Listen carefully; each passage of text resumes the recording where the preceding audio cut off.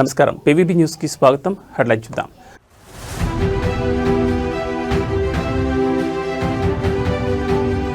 రేపు ఢిల్లీకి పయనం కానున్న సీఎం చంద్రబాబు ప్రధాని మోడీతో భేటీ అయ్యే అవకాశం.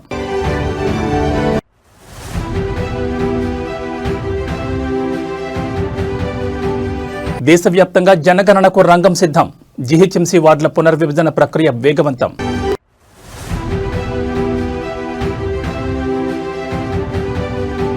ఉలిక్కిపడ్డ భాగ్యనగరం, నాంపల్లి కోర్టుకు బాంబు బెదిరింపులు.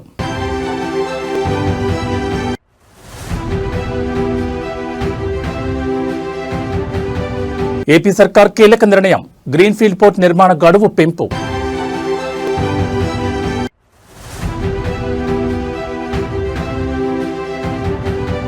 తెలుగు రాష్ట్రాలపై చలి పంజా, సింగిల్ డిజిట్కు పడిపోయిన ఉష్ణోగ్రతలు.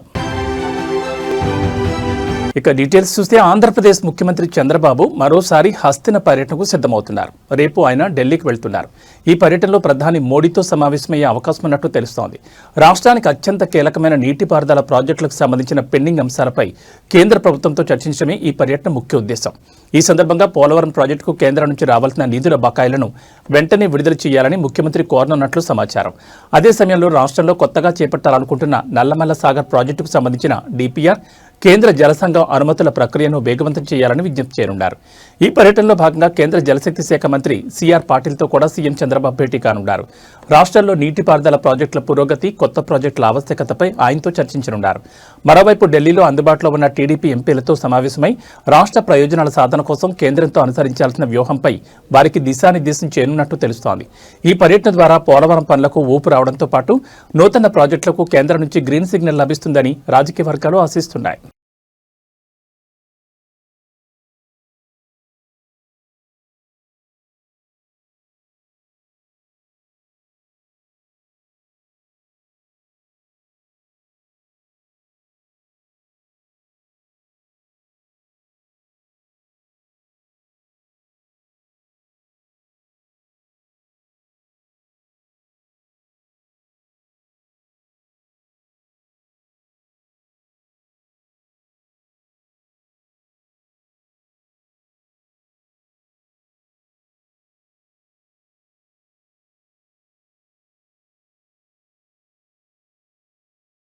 తెలంగాణ ప్రభుత్వానికి రాష్ట్ర అత్యున్నత న్యాయస్థానం హైకోర్టు బిగ్ షాక్ ఇచ్చింది. గత 20 ఏళ్లుగా పెండింగ్లో ఉన్న పిటిషన్లపై కౌంటర్ దాఖలు చేయకపోవడంపై హైకోర్టు తీవ్ర అసంతృప్తిని వ్యక్తం చేసింది.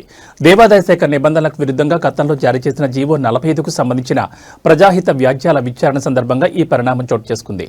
2006 నుంచి పిటిషన్లు పెండింగ్లో ఉన్నప్పటికీ ప్రభుత్వం నుంచి ఎలాంటి స్పందన లేకపోవడాన్ని chief justice Aparesh Kumar Singh, justice Mohiuddin ధర్మాసనం తప్పుపట్టింది. గత అక్టోబర్లో ఇచ్చిన చివరి అవకాశాన్ని కూడా ప్రభుత్వం వినియోగించుకోకపోవడంతో ప్రతి పిటిషన్పై 5,000 చొప్పున జరిమానా విధించింది. ఈ మొత్తాన్ని రాష్ట్ర న్యాయ సేవా ప్రాధికార సంస్థకు చెల్లించాలని ఆదేశించింది. అలాగే అన్ని పిటిషన్లకు కౌంటర్ దాఖలు చేయడానికి జనవరి 9 వరకు తుది గడువిస్తూ హైకోర్టు స్పష్టం చేసింది.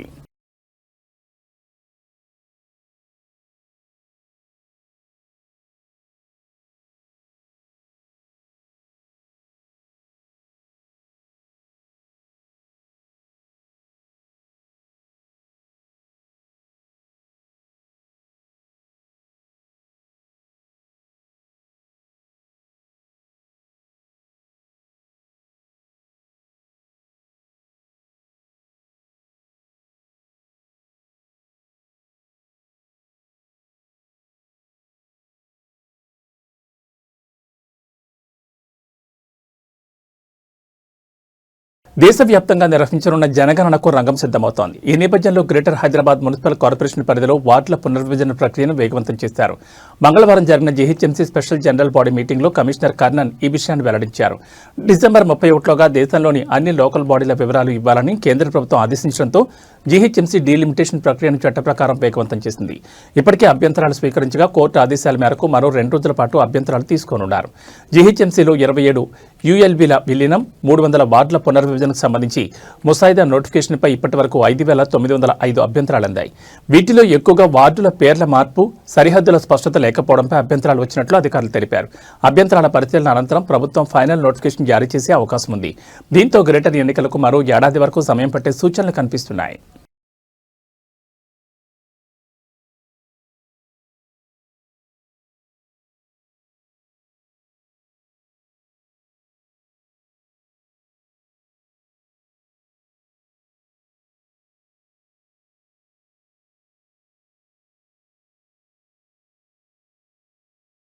లోక్సభలో నేడు ఒక ఆసక్తికరమైన దృశ్యం చోటు చేసుకుంది. తెలంగాణ ఫైర్ బ్రాండ్ కేంద్ర మంత్రి బండి సంజయ్ కుమార్ తన హిందీ ప్రసంగంతో సభను హోరెత్తించారు.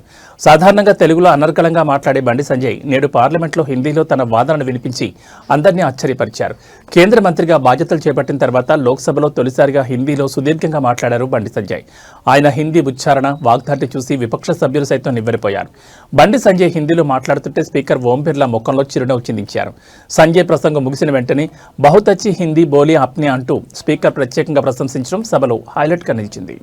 सभी हाई कोर्ट से साथ समन्वय स्थापित किया गया है तथा अब तक 17 हाई कोर्ट से साथ बैठक की जा चुकी है। अब मामले की सुनवाई में अनावश्यक देरी से बचने और समय पर न्याय वितरण सुनिश्चित करने के लिए अधिकतम 2 स्थगन का प्रावधान है। ओके, भारत सरकार ओके, प्रश्नकाल पूरा। कोई विशेष बात बतानी है आपको? 1 मिनट हो गया पूरा। प्रश्न పార్టీ ఫిరాయింపుల అంశంపై స్పీకర్ గడ్డం ప్రసాద్ కుమార్ విచారణ కొనసాగుతోంది. మరో 5 ఎమ్మెల్యేల భవితవ్యంపై రాష్ట్ర వ్యాప్తంగా ఉత్కంఠ నెలకొంది. బుధవారం 5 ఎమ్మెల్యేలు పార్టీ మారలేదని స్పీకర్ తీర్పు ఇవ్వగా పోచారం శ్రీనివాసరెడ్డి, కాళీ యాదయ్య, సంజయ్, దానం నాగేందర్, కడియం శ్రీహరిపై మాత్రం ఇంకా నిర్ణయం వెల్లడించలేదు. చేవెళ్ల ఎమ్మెల్యే కాళీ యాదయ్య, జగిత్యాల ఎమ్మెల్యే సంజయ్, బాన్స్వాడ ఎమ్మెల్యే పోచారం శ్రీనివాసరెడ్డిపై గురువారం నిర్ణయం వచ్చే అవకాశం ఉందని సమాచారం. కడియం శ్రీహరి కేసులో పూర్తి విచారణ పూర్తయిన తర్వాతే స్పీకర్ నిర్ణయం తీసుకునే అవకాశం ఉందని తెలుస్తోంది. ఇక ఖైరతాబాద్ ఎమ్మెల్యే దానం నాగేందర్ వ్యవహారంపై అనర్హత వేటు పడుతుందా అన్న దానిపై రాజకీయ వర్గాల్లో ఉత్కంఠ కొనసాగుతోంది.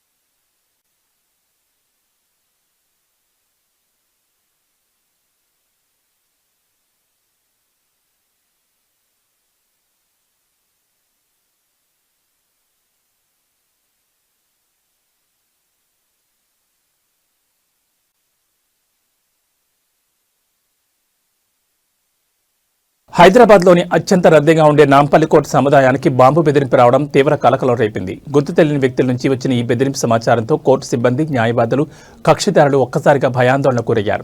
సమాచారం అందుకున్న వెంటనే పోలీసులు రంగంలోకి దిగి కోర్టు పరిసరాలను తమ అధీనంలోకి తీసుకున్నారు. అనంతరం కోర్టులో ఉన్న సిబ్బందిని, న్యాయవాదులను బయటకు పంపారు. అనంతరం వెంటనే భద్రతను కట్టుదిట్టం చేసి ముందస్తు జాగ్రత్తగా కోర్టు కార్యకలాపాలకు అంతరాయం కలగకుండా చర్యలు చేపట్టారు.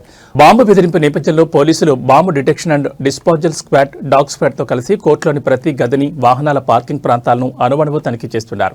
ఎవరూ లోపలికి రాకుండా ప్రవేశ ద్వారాల వద్ద ఆంక్షలు విధించారు. ఈ బెదిరింపు ఎక్కడి నుంచి వచ్చింది, ఎవరు చేశారు అనే కోణంలో సైబర్ క్రైమ్ పోలీసులు దర్యాప్తును ప్రారంభించారు. ఇది ఆకతాయిల పనా లేక ఏదైనా కుట్ర ఉందా అనే విషయం తనిఖీలు పూర్తయిన తర్వాత వెల్లడి కానుంది.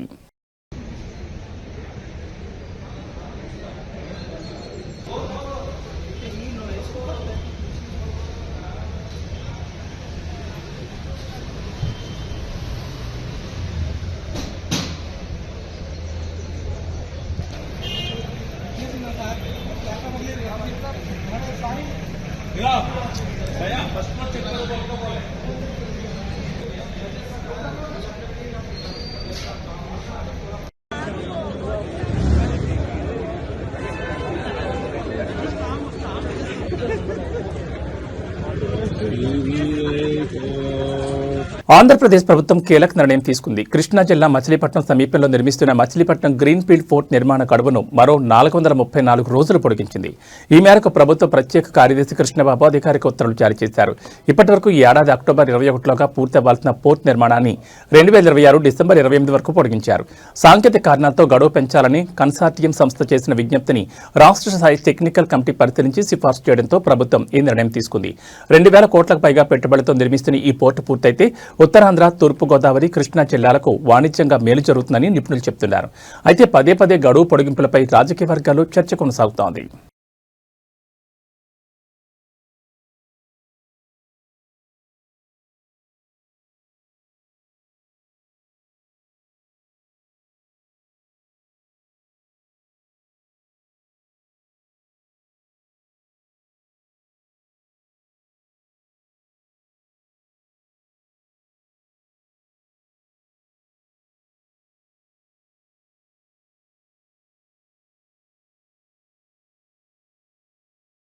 గన్నవరం మాజీ ఎమ్మెల్యే వల్లంనేని వంశీ మోహన్పై మాచవరం పోలీస్ స్టేషన్లో మరో కేసు నమోదైంది. సునీల్ అనే వ్యక్తి ఇచ్చిన ఫిర్యాదు ఆధారంగా పోలీసులు ఈ చర్యలు చేపట్టారు.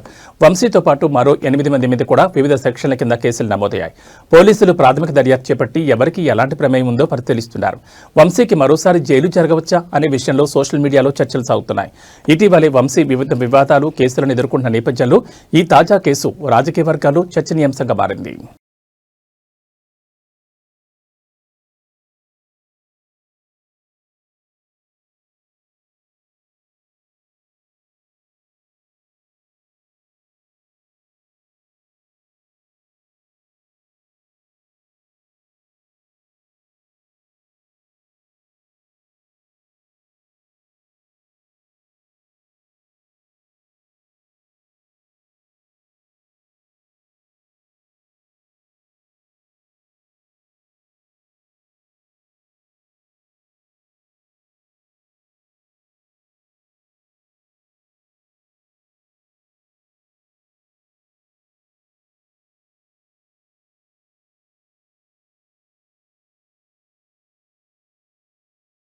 మంచిర్యాల జిల్లా సిసిసి టౌన్షిప్లో పులి సంచరిస్తోందని సోషల్ మీడియాలో వచ్చిన వార్తలపై అటవీశాఖ అధికారులు స్పందించారు. ప్రజలను భయాందోళన గురిచేసేలా ఏఐ సృష్టించిన నకిలీ ఫోటోను ప్రచారం చేసిన వ్యక్తిని గుర్తించి అదుపులోకి తీసుకున్నారు. తప్పుడు సమాచారాన్ని వ్యాప్తి చేస్తే కఠిన చర్యలు తీసుకుంటామని అధికారులు హెచ్చరించారు. ఈ సందర్భంగా అటవీశాఖ అధికారులు మాట్లాడుతూ సోషల్ మీడియాలో వచ్చే ప్రతి సమాచారాన్ని గుడ్డిగా నమ్మకండి. ఏఐ సృష్టించిన చిత్రాలు నిజమైన వాటిలాగే కనిపిస్తాయి. అప్రమత్తంగా ఉండండి. ఫోటో నిజమైందా లేక మార్ఫింగ్ చేసిందా అనేది 1-2 సార్లు సరిచూసుకోండి. ఫేక్ న్యూస్ ప్రసారం చేయడం చట్టరీత్యా నేరం. పులి సంచారం అంటే సున్నితమైన విషయాలు. అటవీశాఖ నిర్ధారణ కోరండి. లైకులు, షేర్ల కోసం ప్రజలను భయపెట్టడం సరికాదు. టెక్నాలజీని మంచి కోసం వాడాలి కానీ తప్పుదో పట్టించడానికి కాదు. వాట్సాప్ గ్రూపుల్లో ఫార్వర్డ్ చేసే ముందు బాధ్యతగా వ్యవహరించండి. ఫేక్ ఫోటోలను గుర్తుపట్టే ఏఐ డిటెక్షన్ టూల్స్ అందుబాటులో ఉన్నాయని తెలిపారు. సిసిసి టౌన్షిప్ లో ఒకటి టైగర్ వచ్చిందని కార్ల నుంచి ఒక వ్యక్తి ఫోటో తీసిందని అన్ని గ్రూపులలో సర్క్యులేట్ అయింది. దాని గురించి విచారణ చేపట్టినాం. అది యాక్చువల్గా నైట్ అంతా ఇక్కడ ఉండి వెతికినాం కానీ ఎటువంటి ఆనవాళ్ళు కనిపించలేదు. మన ఏరియాకి టైగర్ రాలేదు. సిసిసి టౌన్షిప్ ఏరియాకి టైగర్ రాలేదు. అది ఏఏలో క్రియేట్ చేసిన ఫోటో. ఆ క్రియేట్ చేసిన వ్యక్తి మనకు దొరికిండు. అతన్ని తీసుకొచ్చి ఇక్కడ స్టేట్మెంట్ పబ్లిక్ ముందే తీసుకున్నాం. అతని మీద కంప్లైంట్ చేయడం జరిగింది. చట్టపరంగా అతని మీద తీసుకునే యాక్షన్ తీసుకుంటాం. ఇటువంటి పుకార్లు ఎవరు కూడా స్ప్రెడ్ చేయొద్దు. జెన్యున్గా మీకు ఏదైనా జరిగింది మేము చూస్తాం అనుకుంటే ఫారెస్ట్ డిపార్ట్మెంట్ వారికి కానీ, పోలీస్ డిపార్ట్మెంట్ వారికి కానీ, మీ లోకల్ ప్రజాప్రతినిధులకు కానీ, మీడియా వారికి కానీ సమాచారం అనేది మాకు చేరుతుంది. అట్లా అని చెప్పి వాట్సాప్లలో, గ్రూప్లలో అనవసరంగా ఫోటోలు, ఏఐ ఫోటోలు క్రియేట్ చేసి షేర్ చేయకండి. దీనివల్ల అనవసరంగా ప్రజలు భయభ్రాంతులకు గురవుతారు. దానివల్ల వచ్చేదేం లేదు, అనవసరమైన కేసులు తప్ప ఏం రాదండి. అది ఒకసారి మీకు మీడియా తరఫున చెప్తున్నాను. కేసు అవుతుంది, ఫారెస్ట్ కేసు కాదు. నా number 9440313191. FRO Mancherial number. Deputy range officer Mancherial number 9441533220. ఈ 2 నంబర్లలో ఏ నంబర్కైనా కాల్ చేయండి. ఎనీ టైం ఎప్పుడైనా రెస్పాండ్ అవుతాం.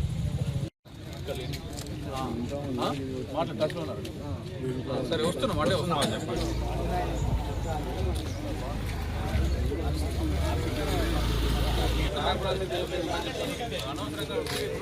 పరిస్థితి ఎట్లుందంటే అది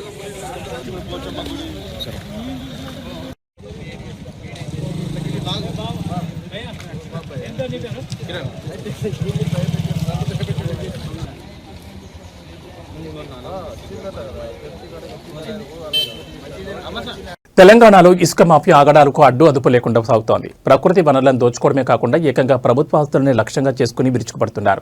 మందని, భూపాలపల్లి జిల్లాల సరిహద్దులో మానేర్ నదిపై నిర్మించిన కీలకమైన చెక్ డ్యాంను ఇసుక మాఫియా పేల్చేసింది.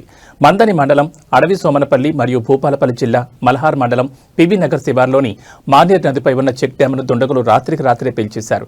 గతంలో వచ్చిన 12 లక్షల క్యూసెక్ల భారీ వరదను సైతం తట్టుకుని నిలబడ్డ ఈ పటిష్టమైన కట్టడం నేడు మాఫియా దురాశకు బలైపోయింది. ఇసుక తరలింపులు, అడ్డంకులు తొలగించుకోవడానికి అత్యంత శక్తివంతమైన పేలుడు పదార్థాలను వాడి ఈ ఘాతకానికి ఒడిగట్టారని స్థానికులు ఆరోపిస్తున్నారు. కొద్ది రోజుల క్రితమే గుంపుల తరుగుల చెక్ డ్యాం పేల్చివేత ఘటన మరొకముందే ఇప్పుడు రెండోసారి ఇలాంటి దారుణ జరగడం చూస్తుంటే మాఫియాకు చట్టాలంటే ఎంతటి చులకన భావనో అర్థమవుతోంది. ఈ విధ్వంసం వల్ల కేవలం ప్రభుత్వానికే కాదు స్థానిక రైతులకు మరియు మత్స్యకారులకు కోట్లాది రూపాయల నష్టం వాటిల్లింది. చెక్ డ్యాంలో నీరు నిలవకపోతే రాబోయే రోజుల్లో భూగర్భ జలాలు అడుగంటిపోయి వేలాది ఎకరాల పంటలు ఎండిపోయే ప్రమాదం పొంచి ఉంది. వలలన్నీ అందరి వలలు కొట్టుకపోతే వలలన్నీ కొట్టుకపో రాత్రి అయితే చేపలు కూడా ఉండే వలలు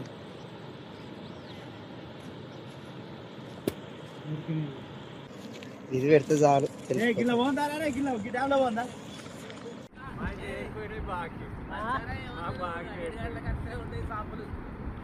మళ్ళీ ఎక్కేస్తారా ఈ అర్ధకు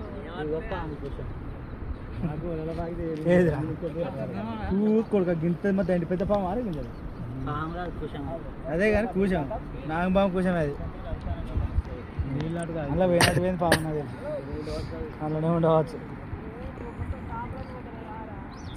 అడ్డం పెట్టుకో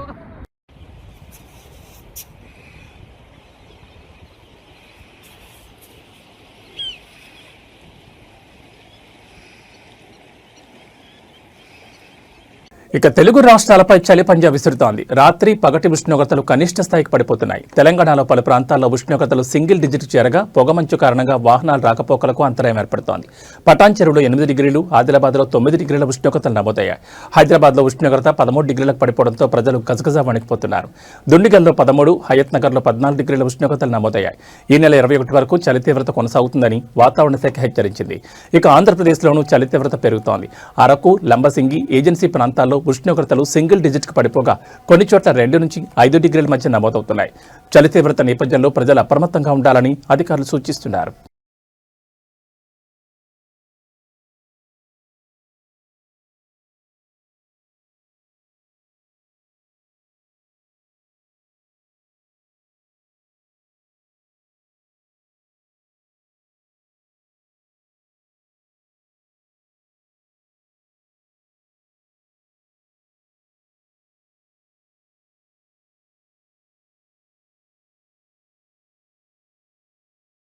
తిరుమలలో భక్తుల రద్దీ కొనసాగుతోంది. ప్రస్తుతం 27 కంపార్ట్మెంట్లలో భక్తులు స్వామివారి దర్శనం కోసం వేచి ఉన్నారు. టోకెన్లలో పొందకపోయినా భక్తులకు సర్వదర్శనం కోసం సుమారు 12 గంటల సమయం పడుతోందని టీటీడీ అధికారులు తెలిపారు.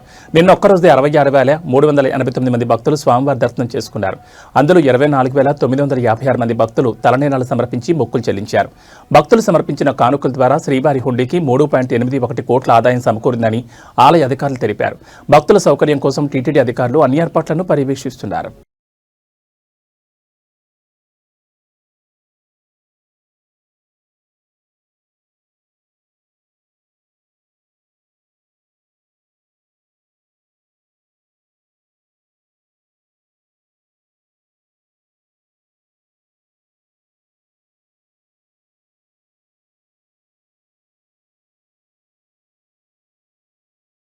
ప్రపంచవ్యాప్తంగా ఆస్కార్ లవర్స్కు గుడ్ న్యూస్. 2029 నుంచి 2033 వరకు ఆస్కార్ అవార్డుల వేడుకలు ఎక్స్క్లూజివ్గా యూట్యూబ్లో స్ట్రీమ్ చేయబడనున్నాయి.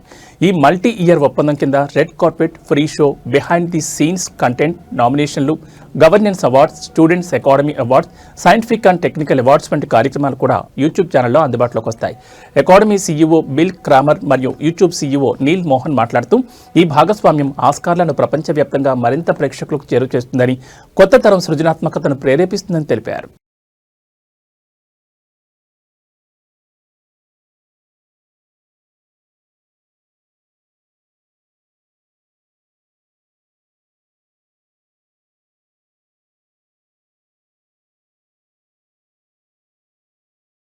ప్రయాణికులకు ఇండిగో ట్రావెల్ అడ్వైజరీ జారీ చేసింది. దట్టమైన పొగమంచు కారణంగా కొన్ని విమానాల షెడ్యూల్లో మార్పులు చోటు చేసుకున్నాయని తెలిపింది. ఇందుకు ఫ్లైట్ స్టేటస్ను యాప్ లేదా వెబ్సైట్లో అప్డేట్గా పరిశీలించాలని సూచన ఇచ్చింది. ఇండిగో సాధారణ పరిస్థితి కుదిరిన వెంటనే గమ్యస్థానాలకు సురక్షితంగా చేరుస్తామని తెలిపింది. ప్రయాణికుల సహకారానికి ధన్యవాదాలు తెలిపింది.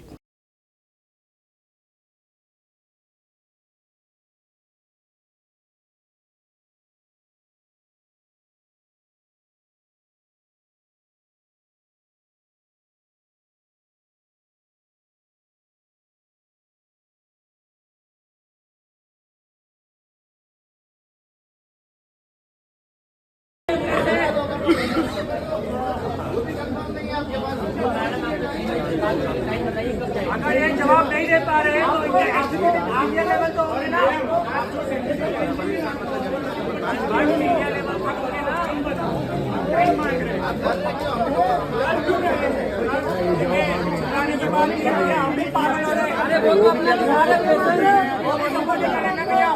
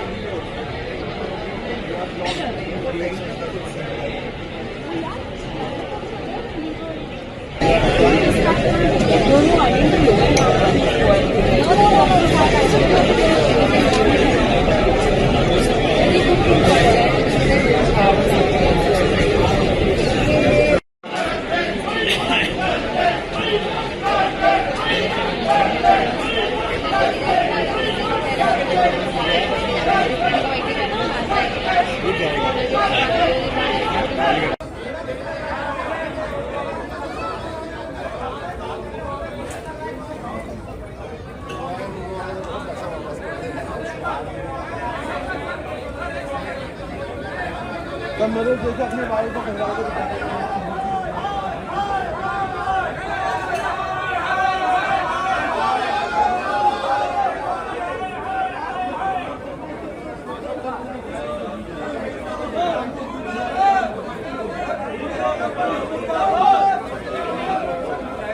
ఇవి ఈ బులెటిన్ విశేషాలు. మరో బులెటిన్లో మళ్ళీ కలుసుకుందాం. నమస్కారం.